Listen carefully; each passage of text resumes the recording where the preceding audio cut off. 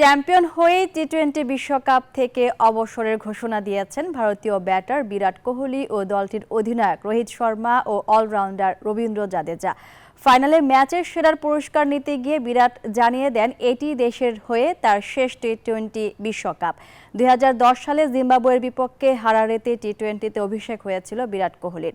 গত 14 বছরে ভারতের জার্সিতে খেলেছেন 6টি টি-20 বিশ্বকাপ, যেখানে তিনি 35 ম্যাচে 33 ইনিংসে 58.72 গড়ে করেছেন 1292 রান। এছাড়াও টি-20 বিশ্বকাপের ইতিহাসেও সর্বোচ্চ রানের মালিক কোহলি। কোহলির পর অবসর ঘোষণা করে টি-20 বিশ্বকাপ থেকে অবসর ঘোষণা দিয়েছেন রোহিত শর্মাও। গত 17 বছরে ভারতের জার্সিতে 8টি টি-20 বিশ্বকাপ খেলেছেন রোহিত।